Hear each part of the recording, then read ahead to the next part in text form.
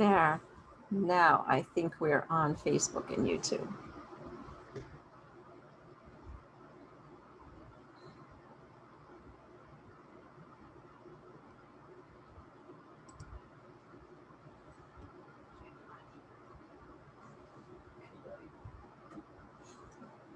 That's just Mr. Q talking in the background. So I'm going to just wait a few minutes for some more people to join us. So thanks everyone for joining me tonight. If you're on Facebook and YouTube, please be sure to leave me a note so I know you're here and where you're from. It's great to see everybody. A little less cleavage, I think, would be good. I'm sorry. I'm very modest.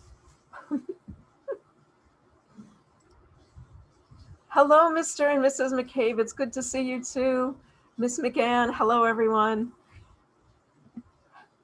Hi, Miss Bonnell. Hi, everybody. Thanks for joining me tonight. I know it's a holiday weekend, so I'm expecting a lot of people maybe are otherwise engaged, but I hope we'll have a good time together anyway.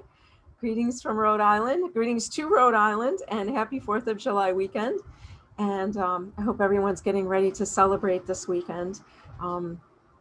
Hoping to have a good time myself. My 21st century person will be out doing tours this weekend. So if you're going to be in the New York City area and you're not doing anything tomorrow at 11 a.m.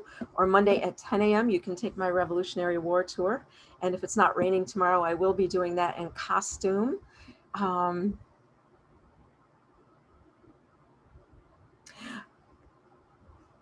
Major Talmadge, I heard about your injury, and I send you my best regards as well for a speedy recovery. And thank you for joining us tonight, although I know you are not fully recovered. And Mr. Q and I send us best wishes. Oh, Miss Wergow is here. Mrs. Healy is here. Having trouble getting on Zoom. That's okay, as long as you find me somewhere. Mr. White from Easton, Pennsylvania. Oh, good. So we do have quite a few people here tonight. So as you can see behind me, I have a dress that I'm working on. So thank you everyone for joining me tonight. And please excuse me if I am not fully prepared for our discussion about the Declaration of Independence, because I have been sewing all week. And when I get interested in a project, I tend to totally immerse myself in it and forget that I have other things I have to do. Mrs. McFarland says she's the only person here on Zoom, and that is true. Everybody else is on Facebook and YouTube. So I don't know if I accidentally sent the wrong Zoom link in an email or something, but we are over here on Zoom. For those of you who have the Zoom link, you can come over here too. Mrs. Rankich is here. Hello. Miss Ciccione is here. She's going to be in the Bristol Parade on Rhode Island on the 4th, the nation's oldest parade. Huzzah, it's great to hear that. Thanks for telling us, letting us know. So back to my dress that I have been working on all week, getting ready for Zoom asked for a password. Well, I definitely did make a mistake there then. So if anyone would like to come over on Zoom, I can probably give you that password, but since you're already watching in other places, I guess we're okay. We'll just stay like this because it'll take me a while to find the password. Let me see if I can find that password in case anyone wants it. Hold on just a moment. Here is the meeting ID and password for the Zoom meeting and the link. I will also share the link. And there's the link in case anyone wants to join. I will tell you that just before I started, my whole Zoom crashed and my entire computer crashed, and I had problems getting the Zoom meeting to start myself. So there's probably some issue earlier, but there's the Zoom information in case anyone wants to come over to Zoom. You're welcome to do that as well, or stay where you are. I'm just happy to have everyone with me tonight. So I've been working all week on this dress that I am hoping to wear. A week from tonight, as you know, instead of our regular Mrs. Q Live here from Hanover Square, we will be doing Mrs. Q Live reenactment of the reading of the Declaration of Independence and destruction of the statue of King George III. So I hope some of you are coming out to join us next Friday. And this is the dress that I've been working on. Some of you have been watching me work on it on Facebook, and it's coming out very nicely. As you can see, I added some lace cuffs today and have been fussing with the neckline, which is very low, but I think I'll be wearing it just with a simple white scarf or fichu because it looks nice and plain.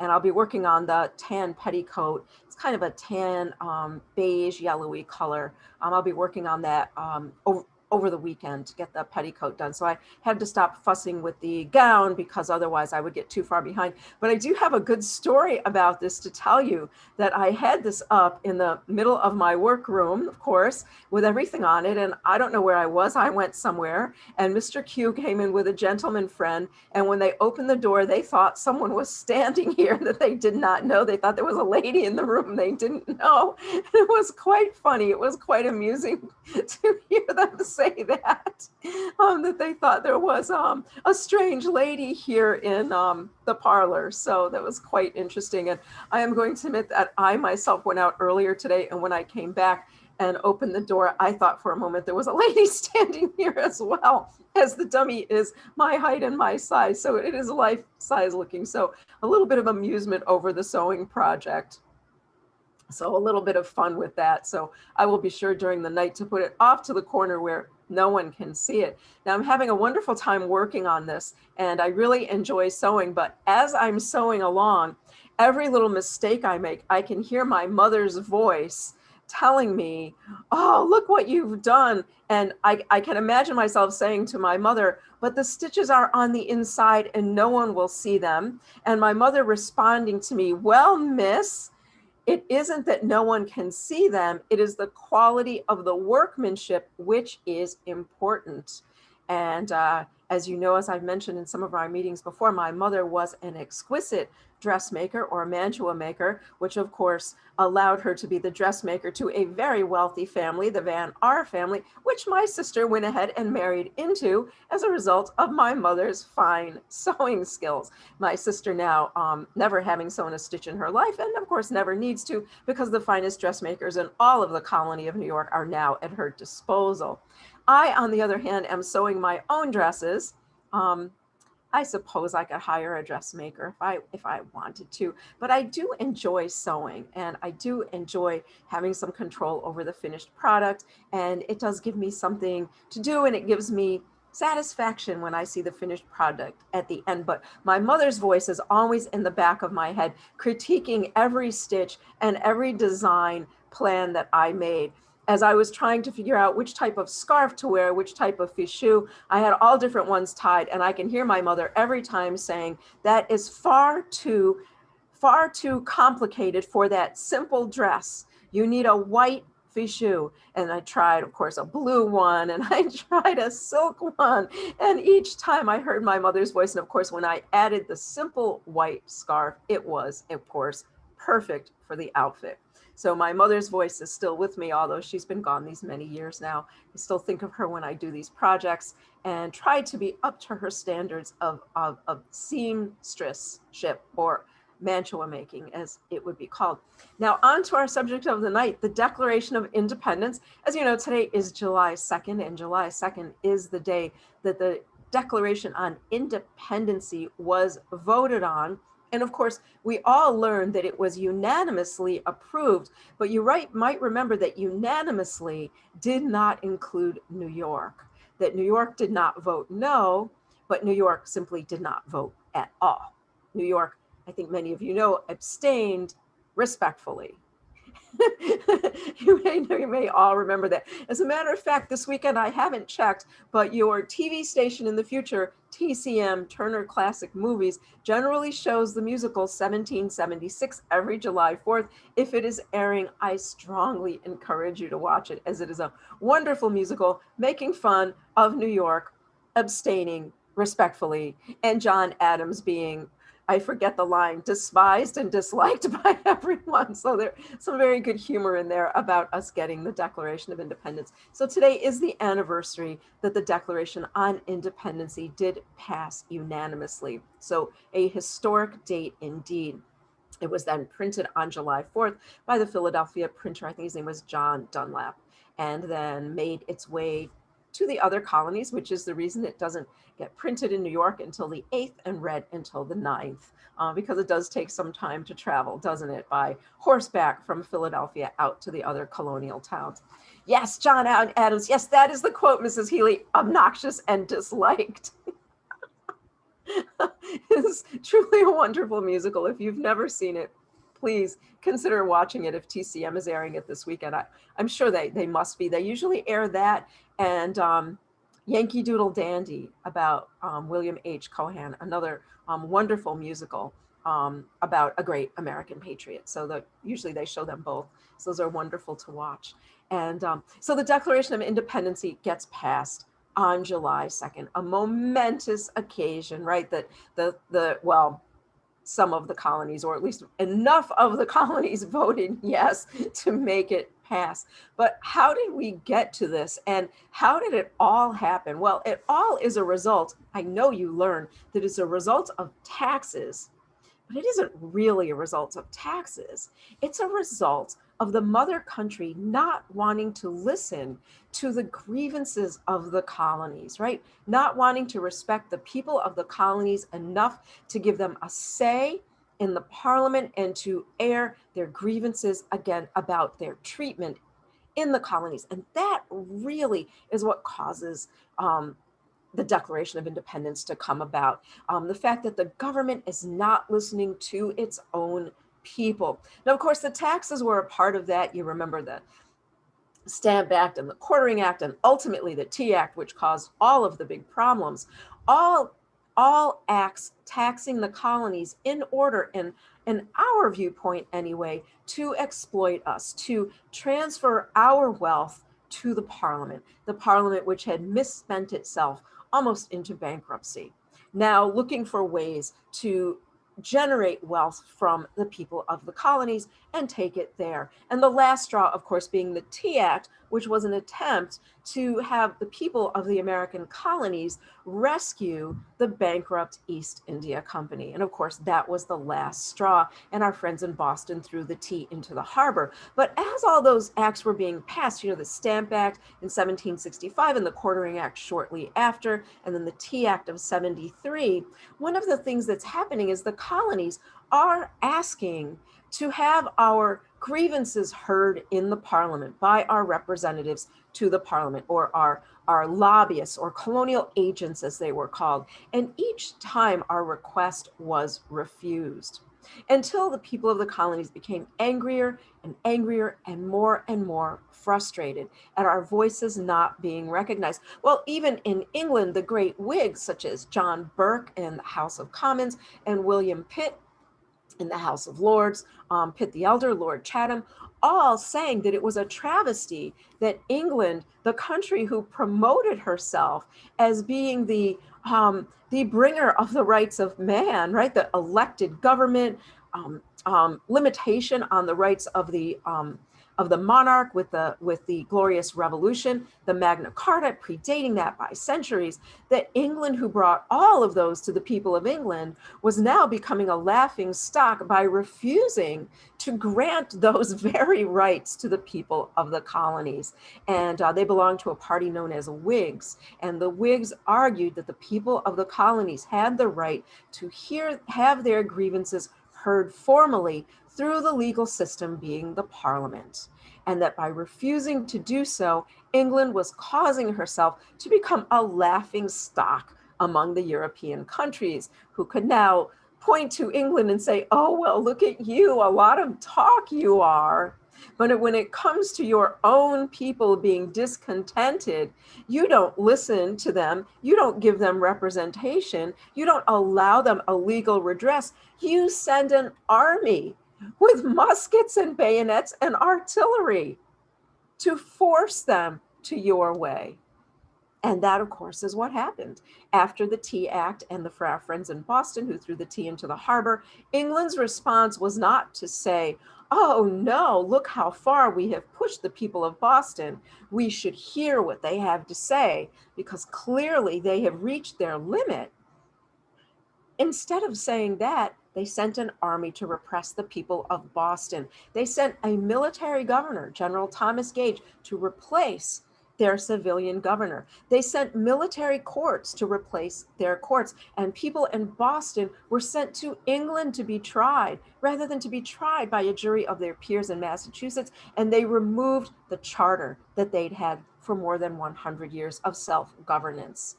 And this is, of course, what caused all the trouble in Boston. The people of Boston, instead of submitting, they rebelled even more, until General Gage saw fit in April of 1775 to attempt to disarm them out of fear that they would fire upon British soldiers. And that attempt at disarmament led to the shot heard around the world at Lexington and Concord, and the unfortunate state we found ourselves in by July 2nd, 1776, a year and a few months later. So as that rebellion grew and grew, a Continental Congress was called in Philadelphia, where the people of the colonies sent representatives who then discussed what was the best way to deal with the problems, or as we called it, the unfortunate situation in which we found ourselves. Now, some colonies were much more radical than others, and of course, Massachusetts being among the most radical because, of course, their people had been killed. The army was there killing people. Of course, they were the most radical in their opinion about it. And next, of course, Rhode Island, which has always been a very radical colony, among the most radical. And Delaware, well, Delaware being a bit divided, but some of those from the Delaware delegation being very radical. A colony you might not think of as being radical, Virginia, with, oh no, I do this all the time, with one of the Lees. If anyone knows which Lee it was, I think it was Richard Henry Lee, being the gentleman who introduced the discussion on independency. So very radical from Virginia as well, leading the idea that it was time now to declare ourselves independent and free of England. And of course, the other colonies, after they saw the British Army and Navy all moving now to New York, and learning that Boston or Massachusetts wasn't going to be the only invasion site into our colonies, finally becoming aware that it was time to take a stand against England. Now, of course, we knew we needed help in fighting England, and we would need help from England's greatest rivals. The only problem facing us is that the royal families of Europe and England had an agreement with each other that they might fight each other for external reasons, but they would never interfere in each other's internal strife. In other words, they would never interfere in what they considered to be a civil war within any of their lands. So as long as we were a part of England and our rebellion was considered to be a civil war, we could not depend on assistance from England's most tried and true enemies, being France, Spain, and, well, Holland now and then. In order to do that, we had to be a separate nation at war with England. And that is part of the reason for the Declaration of Independence. It is a legal document separating ourselves so that we now can declare our war against England, our mutual warfare, and seek assistance from England's rivals and enemies, which is what we did. Now, you might remember the document itself is an incredible document, right, with some of the most incredible ideas and words ever published in the history of Western civilization, with Mr. Jefferson writing those incredible words that we hold these truths to be self-evident, that all men are created equal and they're endowed by their creator with certain inalienable rights, that among these are life, liberty, and the pursuit of happiness. He then goes on to say that when the government interferes in those rights, the rights of life, liberty, and the pursuit of happiness, that's the right of the people to alter or abolish that government. How radical is that? That's already incredibly radical, that when the government interferes in your God-given rights, it is your right to abolish that government and to institute a new government. And then he goes on to say that governments are instituted, deriving their just powers from the consent of the governed. That line itself is so shocking and so radical for the year 1776. Imagine what people thought when they heard that for the first time, that governments exist with your consent. And at the time that you withdraw your consent, that government no longer has the right to exist. Jefferson goes on to say that we shouldn't dissolve governments for, transient and arbitrary reasons, but only in times of great difficulty. And that we know that this is a difficult thing to convince people to do, that people are more likely to suffer the wrongs, he says, to which they are accustomed. In other words, when you have been wronged for a long time period, you become used to those oppressions and the way you have been wronged. You become used to them in such a way that it becomes difficult to stand and rebel against them. But he says, but when a long train of abuses and usurpations that we have experienced brings them to us to the point where we are now, we must stand and declare our relationship with England dissolved. So just the beginning of the document alone is an incredibly fascinating, radical, and inspiring document. And of course, when I do my tours, and I'm going to encourage all of you as well to read the full Declaration of Independence this weekend sometime, to get it out and read through the whole document.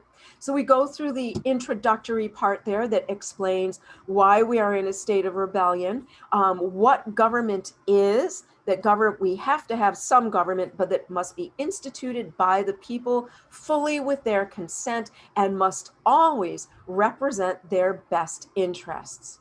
And that if it does not, it's the right of the people to abolish it and to institute new government. Now, the middle part of the document is the legal part of the document, which lists step by step all of the things the king and the parliament have done against Magna Carta and the British Constitution to show that they no longer have the right to rule over us. So it is a step-by-step proof, a legal proof of the things that have been done to us, and that then says, since these things have been done, the king therefore has violated his rights to be sovereign over us. Let's see. Someone is asking on YouTube, Ms. Kaylor, she says, isn't it amazing that all those people lived at the same time in history? Washington, Jefferson, Hamilton, Franklin, and so many others, all at the same time. It is astounding that so many great minds were together at the same time. And one night, I think I'll talk about my thoughts about why that happened, and that is largely due to the type of education people received at that time and the ideas that were coming to fruition in Europe and England at the time about what we might call the rights of man. So one night I'll talk about that, but that is also part of the reason so many of these gentlemen were around at the time. And I assure you, there were ladies who understood these topics as well, although they don't get very much recognition. There certainly were ladies who thoroughly understood these concepts as well. Mr. Talmadge says he fears history does repeat itself. And he says, in the future, your government is not representing you again. So, well, didn't Mr. Jefferson many times predict this would happen? And many of our founding fathers predicted that a time would come where the government they created would once again be large and no longer operating in the interests of the people. And they said this because they had studied history and they knew that every government went through these cycles. They looked at Athens, they looked at the Republic of Rome and what caused the corruption that caused the Republic to fall. And they looked at the empire and what caused the empire to fall. And they looked at many other governments and they saw that every time governments come to this point. And didn't Mr. Madison, when he was writing the Federalist Papers, say that government is a necessary evil? And we know that we need government, but we also know that the people drawn to serve in the government are the worst people of all. They are the people who crave power over others. They crave fame. They crave wealth. And because of that, we have tried to write a constitution which will limit the ability of the government to abuse the people. And we're kind of getting ahead of ourselves in time talking about the Constitution, but the brilliant Mr. Madison goes on to talk about how they have created a government with three warring branches that would always fight and vie for power, therefore weakening each other. But some people at that time also foresaw a time where we might have so much corruption that those three branches may no longer be adversarial. So there was even a vision at that time that there was a limit to the amount of time that even that would work. And we look over at England. Well, let's look at England in 1776. So England is how many years? 76, 86, just about 90 years past their glorious revolution, where William of Orange and Mary ascended the crown when they agreed to limits on the British monarchy and increasing power in the House of Commons, thereby giving the people of England more power and the monarch less. So we point to our time now, about 90 years after that great agreement happened in England, where the parliament itself now is fully corrupt, isn't it?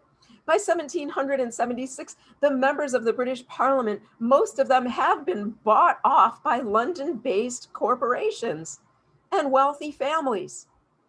So you know, it was well known what the cost of various types of bribes were at that time. Excuse me.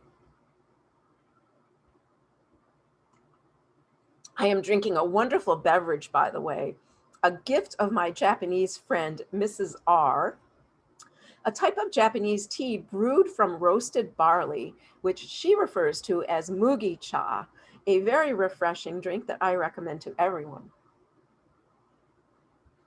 And I'm just going to give you a hint. If you are coming next week, July 9th, I think Mr. and Mrs. R will be there. So for those of you who join me on Fridays, it may be an opportunity to meet Mrs. R, my good friend. So just a little hint. So anyway, by 1776, the British Parliament is a disaster.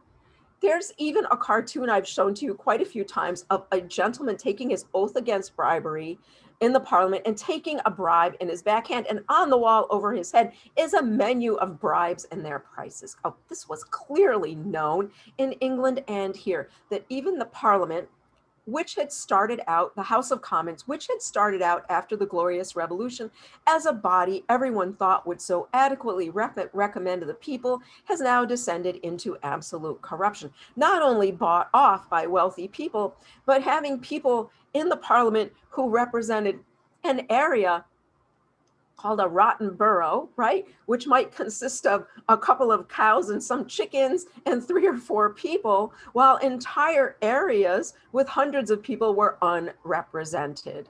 So even the Parliament itself fell short of the idea that it had established for itself. So I believe the people, the gentlemen who wrote the Declaration of Independence and later the Constitution, fully expected that the government they created would have these problems as well, because as Mr. Madison said, if men were angels, we wouldn't need government. Oh no, if men were angels, we wouldn't need government. And if we were governed by angels, we wouldn't need rules for the government. But we have neither, right? We're not governed by angels, and men certainly are not angels. You know, as he said, the worst want to represent us in the government. And I think Mr. Jefferson, shortly after the Declaration of Independence, if there's anyone here from Virginia, you may correct me if I'm incorrect. I think shortly after the Declaration of Independence, when Virginia began having their own elections, that Mr. Jefferson was very much disappointed and disillusioned when he said that the men who were best equipped to represent the people were not elected, but the men who were most popular and promised the most free things and the easiest way of life were elected. So right off, Mr. Jefferson, who had these wonderful ideas about representative government, began to become disillusioned himself in the sort of people who would be elected to that government. So I think we see that. So although we see the Declaration of Independence as this very lofty, philosophical and hopeful document that I think the gentleman who helped edit it and who signed it knew that it was an ideal and perhaps not the future reality. So the middle of that document, as I was saying, lists the crimes of the king and the parliament against the people of the colonies, and then concludes, we therefore conclude that the king no longer has the right to be our sovereign and our king, and we therefore declare ourselves these United States of America. So we declare ourselves to be a separate nation. And then everyone pledges their lives in sacred honor, and the gentlemen sign it. This document now becomes the document that will be used when speaking to France and Spain and Holland and seeking their assistance against England. This legal document showing we are now a separate country with our own government, our Continental Congress, which has a president of the Continental Congress, and that each of our now states have their own governments as well, their own governors and congresses as determined by the people. And this will then get us assistance from England's rivals. And I think I've told you before that there were gentlemen in England who warned this very thing would happen, that if we declared ourselves to be a separate nation, that their longtime enemies would help us, and that there would be no way to defeat us, that they would be fighting what you would call in your time a world war, right? They would be fighting all of their rivals through the colonies, and this is what happened. So the Declaration of Independence serves, a few purposes: to rally the people, to lay out the ideals of government, to talk about the philosophy of government, what government is, what its role is, to separate us legally from the crown, and then to declare ourselves these United States of America. It is a wonderful document. I hope you'll all read it this weekend while you're celebrating. And I wanted to show you something interesting that a friend of mine gave me, this wonderful flag, which I see has 50 stars on it. What an idea for me. Yes. For me in the let's say, what year? Let's pick a year. Let's say it's after the war, 1780 something tonight. I didn't pick a year for tonight. So let's say it's after the war, and I know 14 stars because right, Vermont became a state right away. So 14 stars. It is stunning for me to see 50 stars, and the idea that our great little nation would expand to include 50 states. And I think all of the gentlemen who wrote and signed the Declaration of Independence and the Constitution would be so happy to see the expansion of our great nation to 50 states. I think all of them would be overwhelmed in happiness. Now, one of the questions I get asked very often is, what would they think of the state of things? And there are a few things I'm rather sure of that they would not like. Shall we say the federal income tax, which they purposely did not include in the Constitution because they wanted the federal government to be secondary to the state governments. They wanted the state governments to be more powerful than the federal government, and they understood the way to achieve that was to starve the federal government, have it have a little income so that it could not grow, and for the states then to be able to tax their citizens accordingly, and for the state governments to run almost everything, and the federal government to just reserve to itself the things that were interstate related, that were related to us as states, or related to the states as a whole and outside entities. So the idea of a federal income tax, I think, would be shocking to them.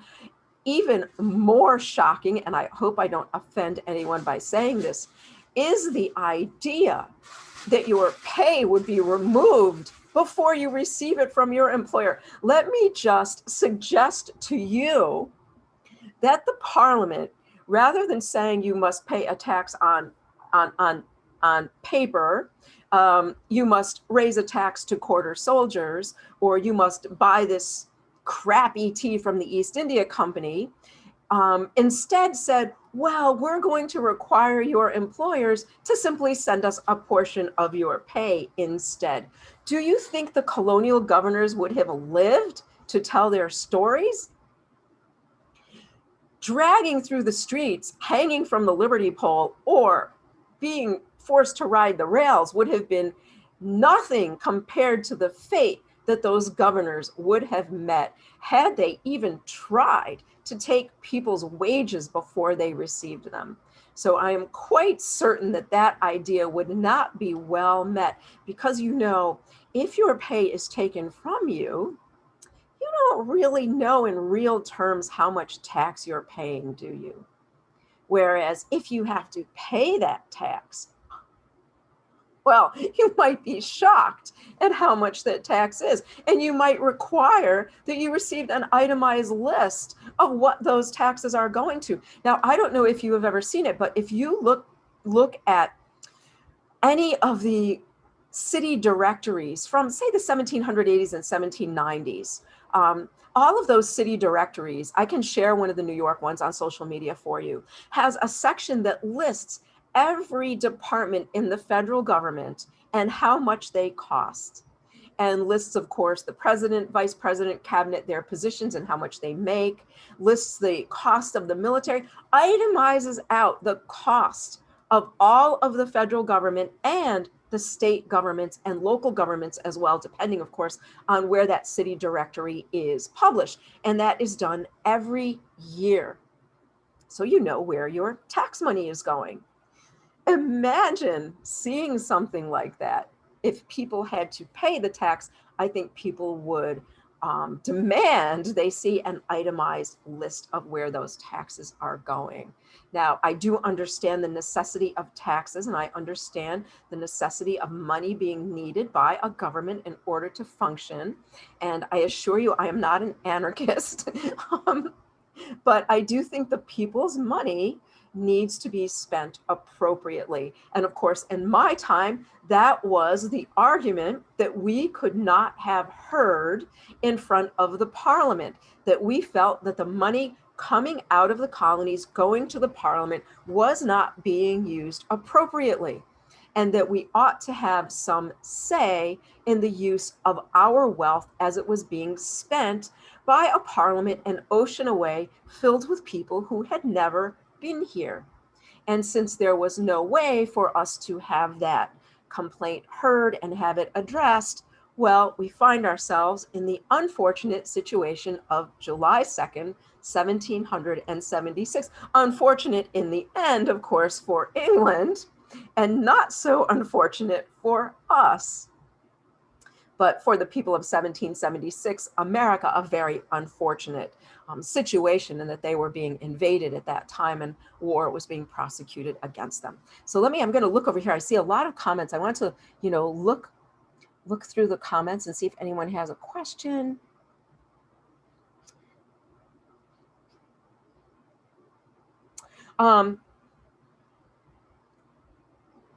How did Washington choose the title of president? Well, I'm sure many of you know that when Washington was the commander, he was called His Excellency as commander of the army. And so if you come next Friday, you might be surprised to hear us refer to him as Your Excellency, as that is what he was called. So naturally, when he became president, people began calling him Your Excellency again. But Washington really didn't think that was appropriate for the head of state. He had time off. He thought about it. He had taken the time to think about what he wanted the first presidency to be, as that really would be setting the role for presidents of the future. And he felt that the presidency should be downplayed and shouldn't be more important than the other branches of government, and decided to use the word president. I don't know if that was at the advice of Mr. Hamilton or Mr. Madison or one of his advisors, or if he thought it up himself, but it was a very good move on Washington's part, as it kind of reduced the elevation of the presidency a bit, other than if the president was called Your Excellency. Although I'm sure there have been presidents over time who would have loved to have been called Your Excellency. sure there were, I mean, I don't know, it's only the 1780s, so I don't know who they're going to be in the future, but it wouldn't surprise me if there were some who would have enjoyed that. As I know that even in my time, there are early presidents who already regret that First Amendment they argued for so hard when they were at the Constitutional Convention, that when they became presidents themselves, they were not so enamored of that First Amendment anymore. So a change in status sometimes can change your mind about things, but luckily they did argue for it when they did, and First Amendment was passed. Let me see. So do you have any other questions or comments? I hope some of you are coming out next Friday. I know that some of you have other engagements, but I assure you that this is only the first of a number of these events that we are going to do. You know, we're hoping that this, well, I'm going to say, we know that this is going to go very, very well. Everyone involved is thoroughly professional, and we'll be bringing everyone a great experience of July 1776 in New York. And we are planning to do some other things. I'll tell you, we have discussed Evacuation Day in November. We're not sure if Federal Hall will be open, and if Federal Hall is not open, well, we will do our own thing instead. But if Federal Hall is open, we will be doing something in conjunction with Federal Hall and maybe Francis Tavern, but we will be out on those holidays. We did joke a little bit about doing September 21st, the night the city burned, but you know, we thought maybe that was a little too over the top. But we do have some really wonderful things planned for next Friday. Some really big surprises that I think you'll really enjoy. And I will be posting lots of pictures of the event for those of you who can't join us. And as I said, I promise we will be doing more in the future. I also want to say that the ones we do in the future that will be sponsored by my company, Patriot Tours NYC, will also have live streaming tickets available too. So you will not have to be in New York to attend some of these other events. We'll be hoping, you know, of course, that it will sell out in person, but we will be selling virtual tickets as well so that you can watch. So those will be the ones that I do as Patriot Tours NYC, and I will figure out a way to do that. So thank you all for joining me tonight. Have a wonderful July 4th weekend celebration. I hear in your time, everybody gets together, sets off fireworks, and eats until they pass out. Is that it? Oh, Mrs. Healy, what's on your shirt? Fireworks? Yes, yay. I also hear in your time in the city of New York, the fireworks are somewhat out of control, but there's quite a lot of fireworks going off. So enjoy your holiday weekend and your fireworks, and I won't see you here next Friday, but I'll see some of you, I think, in person. But in 2 weeks, I will be back, and I am hoping to get Mr. Franklin to join us in 2 weeks. I haven't told him yet, but if he's watching tonight, Mr. Franklin, let me know if you can join us in 2 weeks. He often watches. Oh, people cook food outside over a fire pit. Well, good, we do that as well. And I think Mr. Q and I will be attending a pig roast on Sunday, an outdoor pig roast. So that should be quite interesting. And hopefully all the gentlemen will be behaved that day. So the ladies always will be. So everyone have a happy and healthy week. And I will be seeing some of you next week, and I'll see the rest of you in 2 weeks. Thank you so much for joining us. And hip, hip, huzzah to America. Thank you, everyone, very, very much. Thank you.